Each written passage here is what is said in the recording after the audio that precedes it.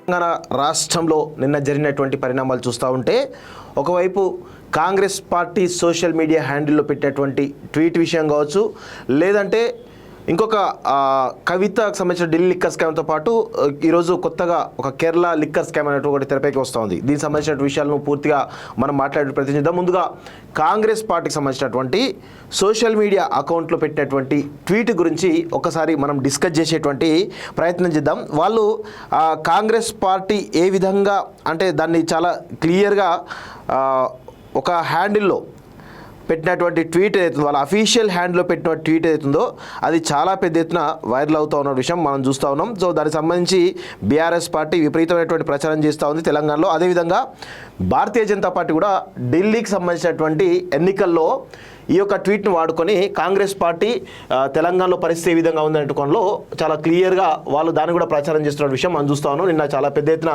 Viral అయింది. So అది మరి బాట్స్ వేసిరా లేకపోతే ఏమేసిరా అది కొంచెం చూడాల్సిన అవసరం అయితే ఉంది. ఇది యాక్చువల్గా వాళ్ళు పెట్టినటువంటి tweet. Telangana Congress party Twitter హ్యాండిల్లో పెట్టినటువంటి ట్వీట్ ఏంటంటే, తెలంగాణ రాష్ట్రంలో ప్రజలు ఎలాంటి పాలన కోరుకుంటారు, ఫామ్ హౌస్ పాలన, ప్రజల వద్దకు పాలన అని చెప్పేసి ఈరోజు నిన్న ట్వీట్ పెట్టి మొన్న సాయంత్రం ట్వీట్ పెట్టినటువంటి విషయం చూస్తూ ఉన్నాం. దీనికి సంబంధించినటువంటి దాదాపు ఆ రోజు రాత్రేమో ఈ విధంగా ఉంటే నెక్స్ట్ డే మార్నింగ్ కల్లా దీనిలో బాట్స్ పెట్టేసి అని చెప్పేసి చాలా స్పష్టంగా నిన్న ప్రచారం జరుగుతూ ఉంది. దీనికి సంబంధించి ఒకసారి మీడియాలో చాలా విపరీతమైనటువంటి చర్చ జరుగుతూ ఉంది. అయితే సోషల్ మీడియా కాంగ్రెస్ పార్టీకి ఎంత వీక్గా ఉందనేది చాలా స్పష్టంగా అర్థమవుతోంది. అదే ఎన్నికల ముందు వరకు కూడా యాక్టివ్గా ఉన్నటువంటి సోషల్ మీడియా వారియర్స్ గత సంవత్సర కాలంగా ఎందుకు యాక్టివ్గా లేకపోతున్నారు, దీనిపైన ఒకసారి మనం డిస్కస్ చేయాల్సిన అవసరం అయితే ఉంది.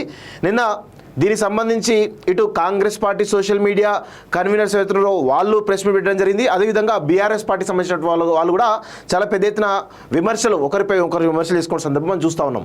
అయితే దీనిలో సోషల్ మీడియాకు సంబంధించినటువంటి ప్రెసిడెంట్ ఎవరైతే ఉన్నారో మన్నే సతీష్ పెట్టినటువంటి ప్రెస్ మీట్ కూడా చూడడం జరిగింది. అయితే దీనికి బాధ్యులు ఎవరు అని చాలా మనం ఆరా తీస్తే ఖచ్చితంగా ఆ యొక్క సోషల్ మీడియా హ్యాండిల్ వేస్తున్నటువంటి మన్నే సతీష్ అనేటువంటి వ్యక్తి చాలా కారణంగా కనబడతా ఉన్నాడు. అయితే మన్నే సతీష్ అనేటువంటి వ్యక్తి ఎందుకు కాంగ్రెస్ పార్టీ అధికారంలోకి వచ్చిన తర్వాత సోషల్ మీడియా ఎందుకు వీక్ అయింది, దానికి కారణం ఎవరు అనేటువంటి కొరవలో మనం ఒక్కసారి గనక కరెక్ట్గా పరిశీలిస్తే ఖచ్చితంగా చాలా విషయాలు ఉంటాయి. అయితే కాంగ్రెస్ పార్టీ అధికారం రాకముందు ఇటు సోషల్ మీడియా వారియర్సు, అదేవిధంగా అటు పిసిసి ప్రెసిడెంట్ ఎవరైతున్నారో రేవంత్ రెడ్డి, వీళ్ళిద్దరి మధ్యలో కొంత కోఆర్డినేషన్ ఉన్నట్టుగా మనకు చాలా స్పష్టంగా కనబడుతోంది. ఎప్పుడైతే రేవంత్ రెడ్డి సీఎం అయిన తర్వాత పాలనా వ్యవహారంలో ఆయన బిజీ అయిన తర్వాత కొంత ఈ గ్యాప్ ఏర్పడ్డ విషయం వాస్తవం. ఈ గ్యాప్ని ఎవరు ఫుల్ఫిల్ చేయాలి? ఈ సోషల్ మీడియా కన్వీనర్ ఎవరుతున్నారో ఆయన ఫుల్ఫిల్ చేయాలి. అయితే ఈ క్రమంలో ఈయనకు తెలంగాణ టెక్నాలజీ సర్వీసెస్ అనేటువంటి కార్పొరేషన్ చైర్మన్ వచ్చిన తర్వాత ఈయన ఇంకొంచెం యాక్టివ్గా రోల్ తీసుకోవాల్సింది పోయి కేవలం ఇటు టీజీటీఎస్లో జరుగుతున్నటువంటి పరిణామాలు ఆయన ఆ వ్యవహారంలో బిజీ ఉండడం వల్ల ఆయన కూడా దూరంగా అవడం జరిగింది. సో ఈ క్రమంలో మన్నే సతీష్ ఏం చేయాలి, నేను కార్పొరేషన్ చైర్మన్ అయినా కాబట్టి సోషల్ మీడియాకి సంబంధించినటువంటి కన్వీనర్ పోస్టుకు రిజైన్ చేస్తామని చెప్పేసి చెప్పాలి. అలా చెప్పకుండా 2 పోస్టులు ఈరోజు సీఎం రేవంత్ రెడ్డి సీఎం అయిన తర్వాత టీపీసీ ప్రెసిడెంట్గా మహేష్ కుమార్ గౌడ్ కావడం జరిగింది. మరి టీజీటీఎస్ చైర్మన్గా మన్నే సతీష్ అయిన తర్వాత సోషల్ మీడియా కన్వీనర్గా ఎందుకు ఇంకా కొనసాగుతూ ఉన్నాడు? ఎందుకు దానికి రిజైన్ చేయకుండా ఎవరో ఒకరు ఇన్ఛార్జ్ పెట్టే ప్రయత్నం ఎందుకు చేయలేదు? మహేష్ కుమార్ గౌడ్ ప్రెసిడెంట్ అయిన తర్వాత ఖచ్చితంగా ప్రెసిడెంట్ అయితే దాదాపు ఇప్పటికీ కూడా 4 నెలల దగ్గరికి వస్తూ ఉంది. ఈ క్రమంలో ఎందుకు సోషల్ మీడియా వింగ్ను మార్చేటువంటి ప్రయత్నం ఎందుకు చేయలేకపోతున్నారు?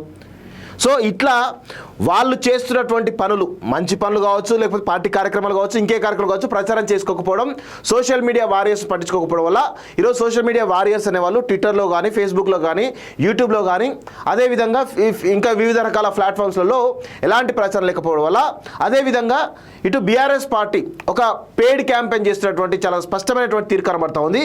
అదేవిధంగా సోషల్ మీడియాలో గతంలో అధికారంలో ఉన్నప్పుడు వాళ్ళు ఏర్పరచుకున్నటువంటి ఒక లేయర్ ఏతుందో దాన్ని అదేవిధంగా కొనసాగిస్తున్నటువంటి విషయంలో వాళ్ళు సక్సెస్ అవుతూ ఉన్నారు. సో అందుకే వాళ్ళకు ఒక పర్ఫెక్ట్ లేయర్ కనబడుతూ ఉంది. కాంగ్రెస్ పార్టీలో ఒక పర్ఫెక్ట్ లేయర్ కనబడతలేదు. కాబట్టి ఈరోజు కాంగ్రెస్ పార్టీ ఏ విధమైనటువంటి పోస్టులు పెడుతుందో మనం చూస్తూ ఉన్నాం. దానికి ప్రజలలో కొంత బీఆర్ఎస్ పార్టీ చేస్తున్న ప్రచారంలో భాగంగా కొంత అభాసు పాలవుతున్న విషయంలో చాలా స్పష్టంగా కనబడతా ఉంది. దీనికి ముఖ్యమైనటువంటి కారణం ఈరోజు సోషల్ మీడియా కన్వీనర్గా ఉన్నటువంటి మన్నె సతీష్ అనేటువంటి కారణంగా చాలా స్పష్టంగా కనబడతా ఉంది. ఇప్పటికైనా కానీ కాంగ్రెస్ పార్టీ కానీ ఇటు ప్రభుత్వంలో ఉన్న పెద్దలు కానీ కొంత చొరవ తీసుకొని సోషల్ మీడియా వింగ్ని కనుక స్ట్రాంగ్ చేసుకోగలిగితే కొంతమేర మీకు ఆశించినటువంటి ఫలితాలు వస్తాయి సోషల్ మీడియాలో, లేదంటే మాత్రం ఆశించిన ఫలితాలు రావు. అయితే సోషల్ మీడియానే ఎందుకు దానిలో వచ్చేటువంటి వార్తలు నిజమా లేదా ప్రచారం నిజమా అనేటువంటి కోణంలో మనం పరిశీలిస్తే సోషల్ మీడియా నరేటివ్స్ అనేవి ప్రజలను చాలా పెద్ద ఎత్తున ప్రభావితం చేస్తే గ్రామ స్థాయిలో. ఎందుకంటే ఈరోజు హైదరాబాద్ నుంచి గ్రామాల వరకు కూడా ప్రతి దగ్గర కూడా సోషల్ మీడియాను వాడుకునేటువంటి టీమ్స్ చాలా పెద్ద ఎత్తున ఉన్నాయి. ఈరోజు వాట్సాప్ గ్రూపులు కానీ, ఫేస్బుక్ కానీ, ట్విట్టర్ హ్యాండిల్స్ కానీ, లేకపోతే వివిధ రకాల ప్లాట్ఫామ్స్లలో గ్రామానికి ఖచ్చితంగా ఒక 50 నుంచి 100 మంది యాక్టివ్ మెంబర్స్ ఈరోజు ఖచ్చితంగా ఉంటారు. సో వాళ్లకు ఆ గ్రామంలో ఉన్నటువంటి గ్రామ స్థాయి, మండల స్థాయి కావచ్చు, లేకపోతే జిల్లా స్థాయి కావచ్చు, లేకపోతే రాష్ట్ర స్థాయిలో ఉన్నటువంటి ఈ సోషల్ మీడియా కార్యకర్తలకు, అదేవిధంగా సోషల్ మీడియాను బాధ్యతలు నిర్వహించేటువంటి వ్యక్తులకు మధ్య కోఆర్డినేషన్ లేకపోవడం వల్ల ఈరోజు కాంగ్రెస్ పార్టీ అబాసు పాలవుతున్న విషయం గమనించాలి. సో ఇప్పటికైనా కానీ కాంగ్రెస్ పార్టీ తేరుకొని సోషల్ మీడియాను స్ట్రాంగ్ చేసుకుంటూ ప్రయత్నం చేయాలి. లేకపోతే మాత్రం ఖచ్చితంగా ఇంకా ఆభాసు పాలయ్యే పరిస్థితి కనబడేటువంటి అవకాశం అయితే చాలా స్పష్టంగా కనబడతా ఉంది. ఇటు బీఆర్ఎస్ పార్టీ చాలా పద్ధతిగా పర్ఫెక్ట్గా సోషల్ మీడియా వాడుకుంటూ ఉంది. ఇక బీజేపీ అంటే చెప్పనవసరం లేదు. బీజేపీకి స్వతహాగానే ఈరోజు 2001 నుంచి వాళ్ళు ఇప్పటి వరకు కూడా సోషల్ మీడియాను నమ్ముకునే ఎలక్షన్స్లో పోతున్న విషయం మనం చూస్తూ ఉన్నాం. బీఆర్ఎస్ పార్టీ ఈరోజు సోషల్ మీడియాను చాలా దానికి ఒక 4-5 కన్వీనర్లు పెట్టేసి ఒక కొన్ని విభాగాలుగా డివిజన్గా చేసేసి కొన్ని జిల్లాలకు ఒకరి ఇన్ఛార్జి, కొన్ని జిల్లాలకు ఒకరి ఇన్ఛార్జి, కొన్ని జిల్లాకు ఒకరి ఇన్ఛార్జి చెప్పేసి పెట్టేసుకొని దానికి సంబంధించి దాదాపు కొన్ని 100,000 అకౌంట్లు, ట్విట్టర్ హ్యాండిల్స్ను కూడా ఈరోజు దుబాయ్ నుంచి పెద్ద ఎత్తున రన్ చేస్తున్నది చాలా స్పష్టంగా కనబడుతూ ఉంది. వాళ్లకు పనిచేసేటువంటి పింక్ మీడియా ఏదైతే ఉందో, కొన్ని మీడియా సంస్థలు అవుతున్నాయో వాటిని కూడా ఈరోజు దుబాయ్ కేంద్రంగా నడుపుతున్నట్టు చాలా స్పష్టంగా అర్థమవుతూ ఉంది.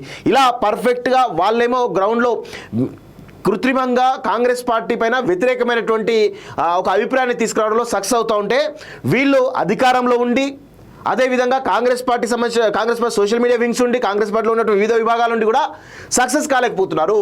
ఇది ఎందుకంటే సమన్వయ లోపం చాలా స్పష్టంగా కనబడుతూ ఉన్న విషయంలో కాంగ్రెస్ పార్టీ ఆలోచించాల్సిన అవసరం అయితే ఉంది. ఇప్పటికైనా తేరుకోకపోతే చాలా పెద్ద భారీ నష్టాన్ని చవిచూడాల్సి వస్తుందనేది నేను అబ్జర్వ్ చేసినటువంటి విషయం మిత్రులారా. ఇప్పటికైనా కానీ కాంగ్రెస్ పార్టీ తేరుకోవాలని చెప్పేసి కోరుకుంటా ఉన్నాను.